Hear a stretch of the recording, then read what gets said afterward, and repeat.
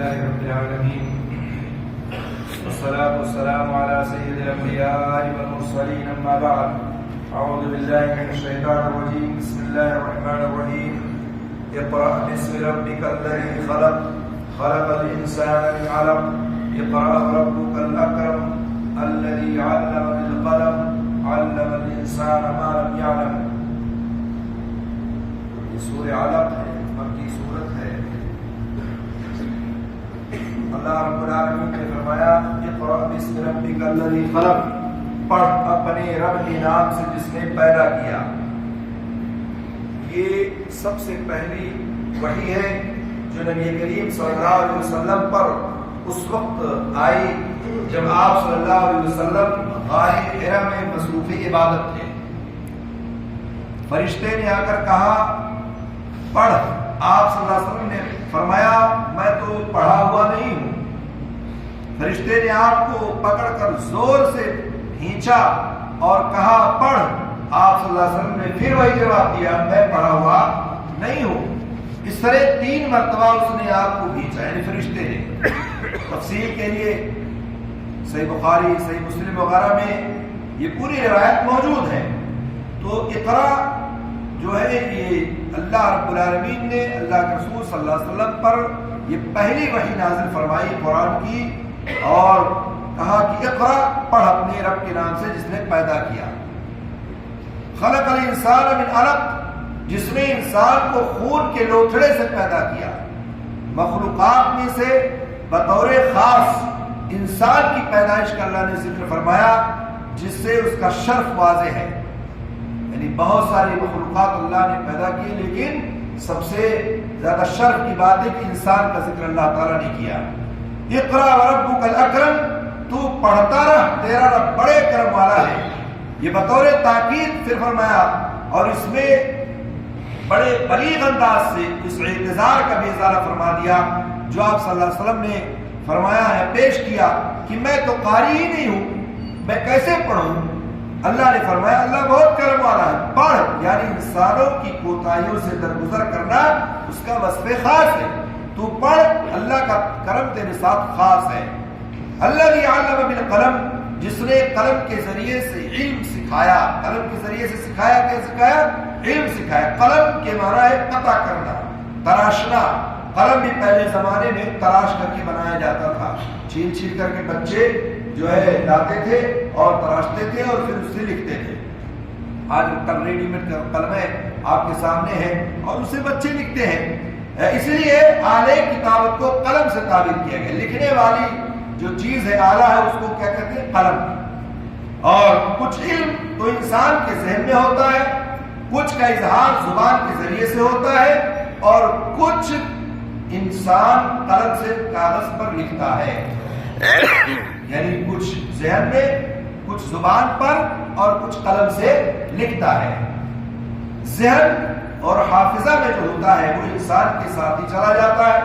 آپ کے عقل میں، دماغ میں، ذہن میں جو چیز ہے انسان نے مر گیا تو اس کے ساتھ وہ چلا گیا. زبان سے جس چیز کا اظہار کرتا ہے وہ بھی محفوظ نہیں رہتا ہے، وہ بھی انسان کے مرنے پر ختم ہو جاتا ہے. البتہ قلم سے لکھا ہوا اگر وہ کسی وجہ سے ضائع نہ ہو تو ہمیشہ محفوظ رہتا ہے. آپ نے قلم سے کوئی چیز لکھ دی ہے، جب تک وہ چیز موجود ہے ایک زمانہ تک، ایک لمبی مدت تک وہ چیز موجود رہتی ہے. اسی قلم کی بدولت تمام علوم، پچھلے لوگوں کی تاریخیں اور اسلاف کا علمی ذخیرہ محفوظ ہے. حتیٰ کہ آسمانی کتابوں کی حفاظت کا بھی ذریعہ ہے. قلم کے ذریعے سے ساری چیزیں لکھی ہوئی ہے. اسی قلم کی اہمیت، اس قلم کی اہمیت محتاج وضاحت نہیں رہتی. اس لیے اللہ نے سب سے پہلے قلم کو پیدا کیا اور اس کو تمام مخلوقات کی تقدیر کا لکھنے کا حکم دے دیا. نون والقلم وما یسطرون، آپ نے پیچھے پڑھا ہے. تو اللہ تعالیٰ نے کہا کہ جس نے قلم کے ذریعے سے سکھایا علم کو، علم الانسان ما لم یعلم، جس نے انسان کو وہ سکھایا جسے وہ نہیں جانتا تھا. وہ چیز اللہ نے سکھائی جسے انسان کو نہیں پتا تھا، نہیں علم تھا. کلا ان الانسان لیطغی، سچ مچ انسان تو آپے سے باہر ہو جاتا ہے.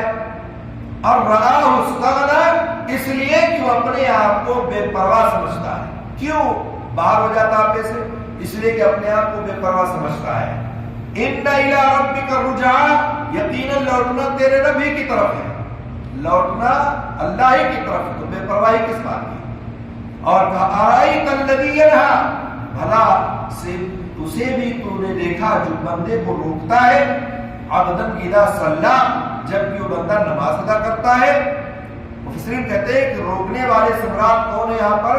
ابو جہل ہے، جو اسلام کا شدید دشمن تھا، اور عبدن سے مراد نبی کریم صلی اللہ علیہ وسلم ہے، نماز سے اللہ کے رسول صلی اللہ علیہ وسلم کو وہ روکتا رہا۔ تو کہا کہ تو نے اس بندے کو بھی دیکھا جو روکتا ہے اس بندے کو نماز ادا کرنے سے، جب وہ نماز ادا کرتا ہے، ارائیت الذی کان علی الہدی، بھلا بتلا تو اگر وہ ہدایت پر ہو، یعنی جس کو یہ نماز پڑھنے سے روک رہا ہے اگر وہ ہدایت پر ہو، او امر بالتقوی، یا پرہیزگاری کا حکم دیتا ہو، یعنی خلاص، توحید، عمل صالح کی تعلیم، جہنم کی آگ سے انسان بچ سکتا ہے، تو کیا یہ چیز ہے نماز پڑھنا، تقوی کی تعلیم دینا ایسی ہے کہ ان کی مخالفت کی جائے، ان کو روکا جائے اور اس پر اس کی دھمکیاں بھی دی جائے؟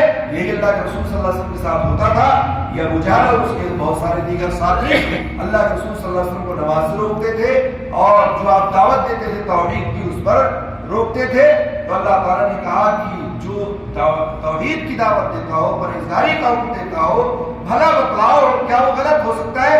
اور ارائیت ان کذب وتولی، بھلا دیکھو تو اگر یہ جھٹلاتا ہو اور منہ پھیرتا ہو تو، منہ پھیرتا ہو تو یعنی ابو جہل اللہ کے پیغمبر کو جھٹلاتا ہے اور ایمان سے اعراض کرتا ہو، تو کہا الم یعلم بان اللہ یرا، کیا اس نے نہیں جانا کہ اللہ اسے خوب دیکھ رہا ہے؟ اللہ رب العالمین اس ساری حرکتوں کو سب کچھ دیکھ رہا ہے۔ یہ شخص جو حرکتیں کر رہا ہے کیا یہ نہیں جانتا کہ اللہ تعالیٰ سب کچھ اسے دیکھ رہا ہے اور وہ اس کو جزا دے گا، بدلہ دے گا اس کو؟ تو فرمایا اللہ تعالیٰ نے آگے کلا لئن لم ينتہی لنسفعا بالناصیہ، یقیناً اگر یہ باز نہ رہا، اگر یہ رکا نہ رہا تو ہم اس کی پیشانی کے بال پکڑ کر گھسیٹیں گے۔ اللہ تعالیٰ نے یہاں تک توجہ دلائی، کہا کہ اگر یہ رکا نہیں اپنی حرکتوں سے تو پیشانی کے بال پکڑ کر گھسیٹیں گے۔ نبی کریم صلی اللہ علیہ وسلم کی مخالفت، دشمنی سے، اور آپ صلی اللہ علیہ وسلم کو نماز پڑھنے سے جو روکتا ہے اس سے اگر یہ رکا نہیں تو اللہ نے کہا پیشانی پکڑ کر گھسیٹیں گے۔ حدیث میں آتا ہے کہ ابو جہل نے کہا تھا کہ اگر محمد صلی اللہ علیہ وسلم کعبے کے پاس نماز پڑھنے سے نہ رکے تو میں اس کی گردن پر پاؤں رکھ دوں گا۔ نعوذ باللہ، اللہ کے رسول کے گردن پر پاؤں رکھنے کی بات ابو جہل نے کہی، یعنی اسے رو دوں گا اور یہ ذلیل کروں گا۔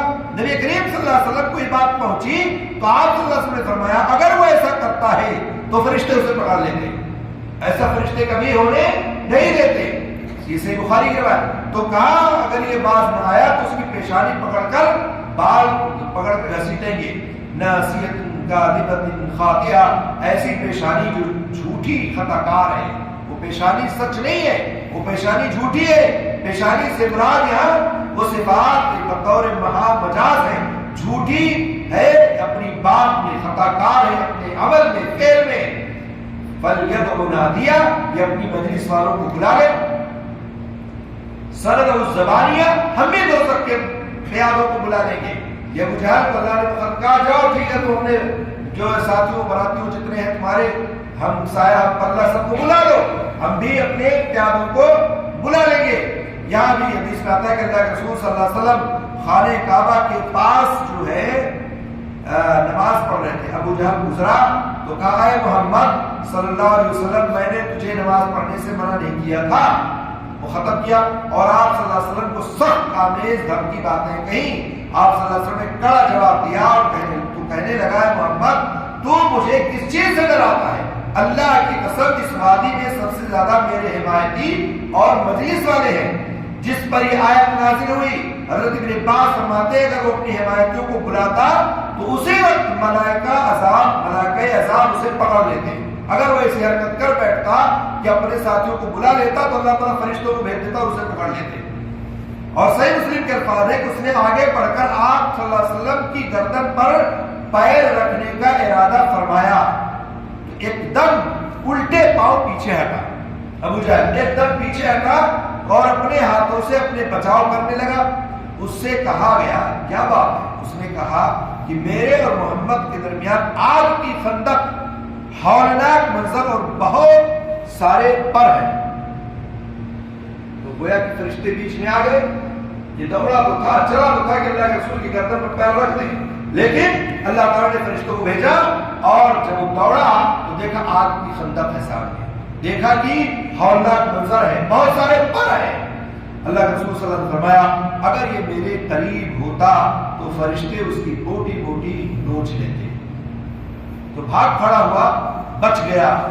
اور اس کے بعد اللہ تعالیٰ نے آخری میں فرمایا کہ کلا لا تطعه واسجد واقترب, خبردار اس کا کہنا ہرگز نہ ماننا, اور سجدہ کر اور قریب ہو جا. سجدہ کر اور قریب ہو جا. اللہ رب العالمین کی کثرت سے سجدہ کرو, نوافل پڑھو, نوافل کا اہتمام کرو. اس سورت کے آخر میں بھی سجدہ ہے. سجدہ قرآن میں جب آئے سجدہ تلاوت کو سجدہ کرنا چاہیے, اس لیے کہ اس کے بہت سارے فائدے ہیں. اللہ رب العالمین سے دعا ہے اللہ تعالیٰ ہم سب کو قرآن و سنت کا پابند بنائے, سے محفوظ رکھے, جب تک پیارا مقام عطا فرمائے. آمین. السلام علیکم.